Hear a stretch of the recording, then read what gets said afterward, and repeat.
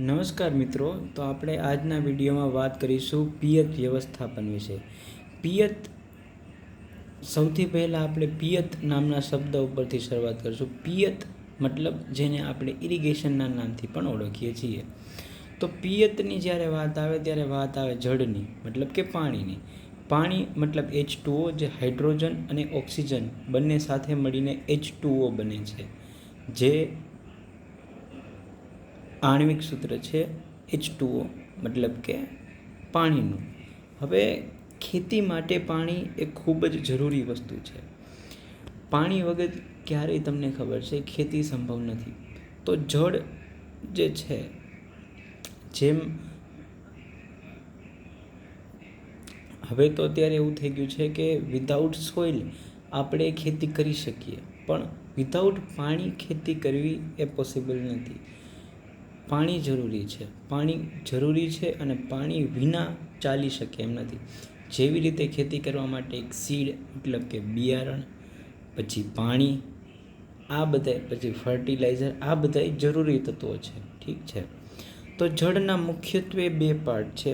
એમાં ફર્સ્ટ છે ભૂપૃષ્ઠ, મતલબ કે જે પાણી જમીનની અંદર રહેલું છે, મતલબ કે જમીનની ઉપર રહેલું છે, અને બીજું છે ભૂગર્ભ, મતલબ કે જે મતલબ કે જમીનના ગર્ભમાં રહેલું છે.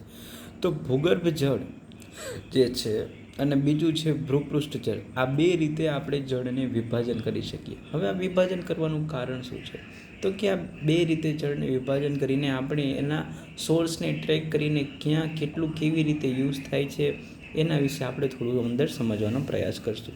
તો જે ભૂપૃષ્ઠ જળ છે, જેને ધરાતલીય મતલબ કે ધરા છે એના ઉપર જે રહેલું છે, જે મોટા ભાગે નદી, તળાવ અથવા તો જે સરોવર જે છે એમાં રહેલું હોય છે.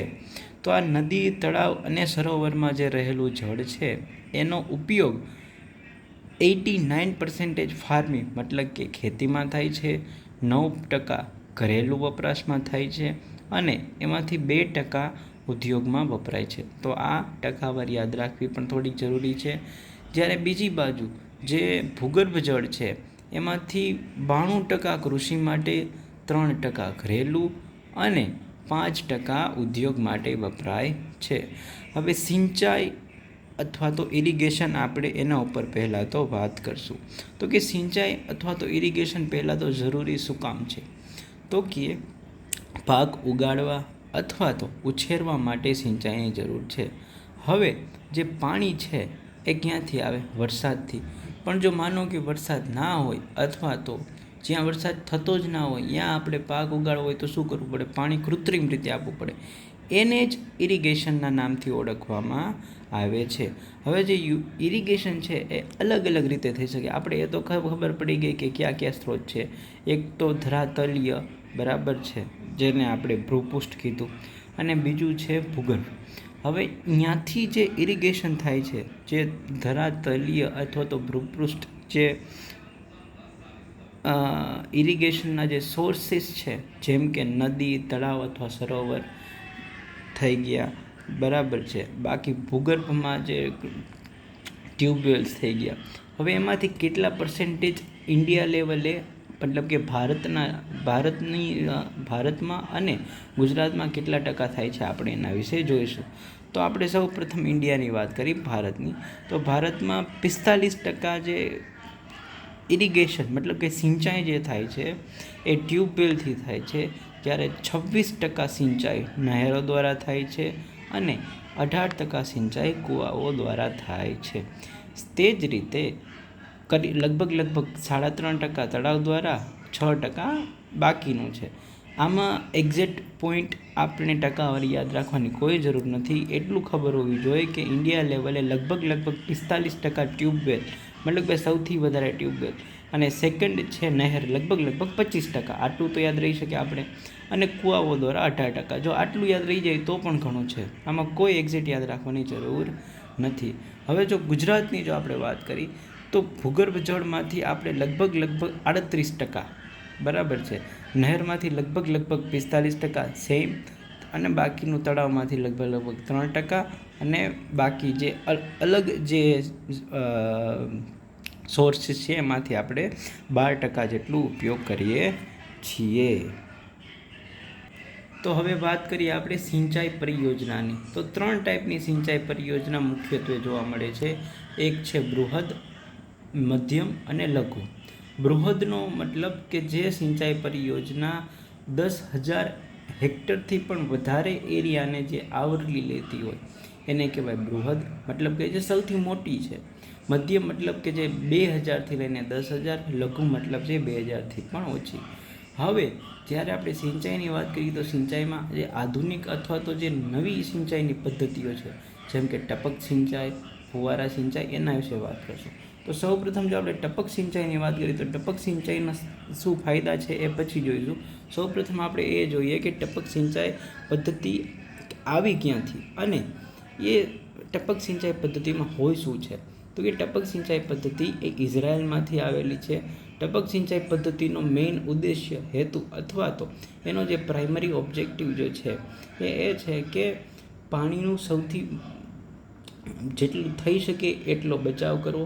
આથી જ તમે જોશો કે ટપક સિંચાઈ પદ્ધતિમાં જે આપણે પરંપરાગત જે આપણી સિંચાઈની જે પદ્ધતિ છે, જેમાં ધોરિયા પિયત પદ્ધતિ અથવા તો જે બીજી કોઈ પણ પદ્ધતિ હોય, જેમાં આપણે ચેક ડેમ અથવા તો જ્યારે સરફેસ ઇરિગેશન આપવામાં આવે, એના કમ્પેરિઝનમાં ટપક સિંચાઈ પદ્ધતિમાં એક ડ્રોપલેટ, એક ટીપા દ્વારા પાણી આપવામાં આવે છે, જેના લીધે જે મૂળ મતલબ કે જે રૂટ ઝોન છે, જે કોઈ પણ પ્લાન્ટના જે રૂટ ઝોન છે એમાં પાણીનું મતલબ કે એમાં ભેજ રહે એ રીતે આપવામાં આવે છે. હવે એના અલગ અલગ પાક, અલગ અલગ ક્રોપ્સ માટે અલગ અલગ શેડ્યુલ્સ હોય છે. શેડ્યુલ મતલબ ક્યારે કેવી રીતે આપવું, બરાબર છે. તો હવે એના ફાયદા વિશે આપણે જોઈએ. સૌથી પહેલું કે નિયમિત વૃદ્ધિ થાય છે પાકની, ઓછું નિંદામણ, ઓછું ધોવાણ, ક્ષારીય જમીન થવાની સંભાવના પણ ઓછી અને ફર્ટિગેશન. હવે આ પોઈન્ટ વિશે હું તમને થોડુંક સમજાવું. ફર્ટિગેશન વિશે આપણે સૌથી છેલ્લે વાત કરશું. ચાલુ કરીએ. નિયમિત વૃદ્ધિનો મતલબ કે પાકને નિરંતર અથવા તો આપણે જ્યારે જેવી રીતે જોઈ શકીએ એવી રીતે પાણી આપવાથી સારો એવો વિકાસ થાય. ઓછું નિંદામણ એટલે થાય કેમ કે આપણે એ જ જગ્યાએ પાણી આપીએ છીએ જ્યાં જરૂર છે, એ જગ્યાએ નથી આપતા, જે પરંપરાગત જે સિંચાઈનો એક ડ્રોબેક છે, જેને આપણે અહીંથી કાબૂ કરી શકીએ. ત્રીજું છે ધોવાણ ઓછું થાય. હવે ધોવાણ ઓછું થાય એનો મતલબ શું થાય? ધોવાણ ઓછું થવાનો મતલબ એ છે કે જ્યારે જો તમે પાણીને ચેનલ્સને જો જાતા જોઈએ છે તો એમાં શું થાય કે જેમ જેમ પાણી વહે એમ એ ફક્ત પાણી ના વહેતું, એમાં માટીના કણો સાથે પણ ભેગા મિક્સ થઈ ડિઝોલ્વ થઈને આગળ જતા હોય. તો જે ધોવાણ એ જે થાય છે એ ટપક સિંચાઈ પદ્ધતિમાં નથી થતું. હવે ક્ષારીય જમીન ઓછી થવાનો મતલબ શું થાય? તો આપણે બધાને ખબર છે, ક્ષારીય જ્યારે આપણે ગ્રાઉન્ડ વોટર ઇરિગેશનનો ઉપયોગ કરીએ, જ્યારે આપણે ભૂગર્ભ જળનો ઉપયોગ કરીએ તો મોટાભાગનું જે ભૂગર્ભ જળ છે એમાં સાલ્ટ મતલબ એક ક્ષાર જે હોય એ ડિઝોલ્વ હોય. હવે એક ક્ષાર કોઈ અલગ અલગ જગ્યાએ અલગ અલગ ટાઈપના હોઈ શકે, પરંતુ જ્યારે આપણે પાણીનો યુઝ કરીએ, જેટલો વધારે યુઝ કરીએ એટલા વધારે ક્ષારને આપણે નીચેથી ખેંચીએ છીએ, અને જેટલું આપણે પાણી વધારે યુઝ કરીએ એટલું જ વધારે ક્ષાર આપણી જમીનમાં ઉપર જમા થાય છે. હવે ઘણી વખત તમે પરંપરાગત ધોરિયા પિયત પદ્ધતિ અથવા તો જે ક્યારા બાંધીને જે પાણી આપવામાં આવે એ સિંચાઈ પદ્ધતિમાં તમે જોયું હશે કે પાણી સુકાતાની સાથે ઉપર એક ધોરું લેયર બની જાય, એક સફેદ પોપટી બની જાય, કોપડી. એનું કારણ એ છે કે સોલ્ટ બતાવે છે. બીજું, હવે આ જ પાણી જો આપણે ટપકમાં વાપરશું તો શું થઈ શકશે? પહેલાં તો એ કે આપણે બહુ ઓછું પાણી વાપરશું, મતલબ કે ક્ષાર પણ ઓછા આવશે, જેના લીધે બહુ સારી રીતે આપણે એને મેનેજ પણ કરી શકતું બાય ઓર્ગેનિક મેન્યુર અથવા તો આ બીજી વસ્તુ. હવે ફર્ટિગેશન ઉપર આપણે વાત કરીએ. ફર્ટિગેશન એ 2 શબ્દોથી બનેલું છે, ફર્ટિલાઇઝર એપ્લિકેશન પ્લસ ઇરિગેશન.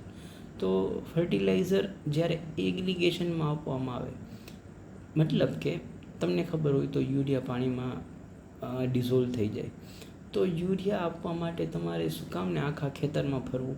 જ્યાંથી પાણી જાય છે ટપક સિંચાઈનું એમાં 1 થેલી 2 થેલી જેટલું ખેતર છે એટલું નાખી દો, એટલું ઓગાળી નાખો ને તે વહી જશે.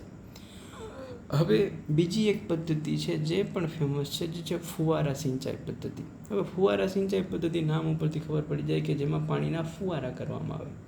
હવે તમને એમ થશે કે ભાઈ ફુવારા સિંચાઈ પદ્ધતિ કેમ? જો આપણી પાસે ટપક સિંચાઈ પદ્ધતિ છે તો ફુવારા સિંચાઈ પદ્ધતિનું શું કામ છે? તો એનું પણ એક કારણ છે. ફુવારા સિંચાઈ પદ્ધતિ અને ટપક સિંચાઈ પદ્ધતિ અલગ અલગ જગ્યાએ અલગ અલગ રીતે વપરાય છે, બરાબર. ફુવારા સિંચાઈ પદ્ધતિમાં થોડી ઘણી રીતે તમે એને મોડિફાઈડ કરી શકો છો અને અલગ અલગ પાકમાં સારી એવી રીતે તમે આર્ટિફિશિયલ રેઇનનું જે તમે પણ એક માહોલ ઉત્પન્ન કરી શકો છો. તો ફુવારા સિંચાઈ પદ્ધતિના આ ફાયદા છે. પહેલું તો પાણીની બચત થાય, બીજું ડાયરેક્ટ સ્પ્રે થાય. હવે પહેલાંમાં જેમ ફર્ટિગેશન હતું, આમાં ડાયરેક્ટ સ્પ્રે મતલબ જે ઇન્સેક્ટિસાઇડ પેસ્ટિસાઇડ્સ જે છે એ તમારે ડિઝોલ્વ કરીને સ્પ્રે થઈ જાય. ક્ષમ ઓછો થાય એનો મતલબ એવો કે જે એક વખત ફુવારા રાખી દેવાના, એ ફુવારા અહીંયા સ્પ્રે કરી દેશે, પછી તમે એનું સ્થાન તો ચેન્જ કરી શકો પણ બીજો કોઈ એમાં કંઈ કરવાની જરૂર રહેતી નથી. પણ થોડીક મર્યાદાઓ છે, જેમ કે ઝડપી પવન જો ફૂંકાય તો એ ફુવારાની થોડી દિશા બદલાવી નાખે, મતલબ કે સ્પ્રે એનો જે પાથ છે એ રીતે ના થાય. બીજું એક ચોખ્ખા પાણીની એમાં જરૂરિયાત પડે. એનું કારણ એ છે કે જો તમે પાણી ચોખ્ખું નહીં લ્યો તો જે નળીઓ છે જે ફુવારાની એ પણ જામ થઈ જશે ને પછી એટલી એફિશિયન્સી મળશે ને. આપણે ટપક સિંચાઈ પદ્ધતિની મર્યાદા થોડી રહી ગઈ, હવે એના વિશે વાત કરી લઈ. તો જે નળી જે ખરાબ થઈ જાય છે એ ઘણી વખત એના લીધે પણ થઈ જાય છે કે સોલ્ટ જમા થઈ જાય, અથવા તો ઘણી વખત કોઈ બ્લોકેજ આવી જાય. અને ટપક સિંચાઈ પદ્ધતિ એટલે પણ આપણે એટલી બધી નથી દેખાતી. એનું કારણ છે કે એ એટલી ચીપ નથી, એ ઘણી બધી એક્સપેન્સિવ છે. તો જો રિટર્ન ઓન ઇન્વેસ્ટમેન્ટ જ્યાં વધારે મળી શકવાની સંભાવના હોય ત્યાં ટપક સિંચાઈ પદ્ધતિનો ઉપયોગ થઈ શકે છે. તો આપણે આટલી વાત કરી. હવે આ પિયત વ્યવસ્થાપનના ટોપિકમાં અમુક વસ્તુઓ રહી ગઈ છે, જેમ કે કઈ મોટી યોજનાઓ છે, કઈ મોટી નદીઓ છે, ક્યાંથી પાણી આવે છે, એની વાત આપણે નેક્સ્ટ વિડીયોમાં કરશું. અત્યાર સુધી આટલું, અને થેન્ક યુ.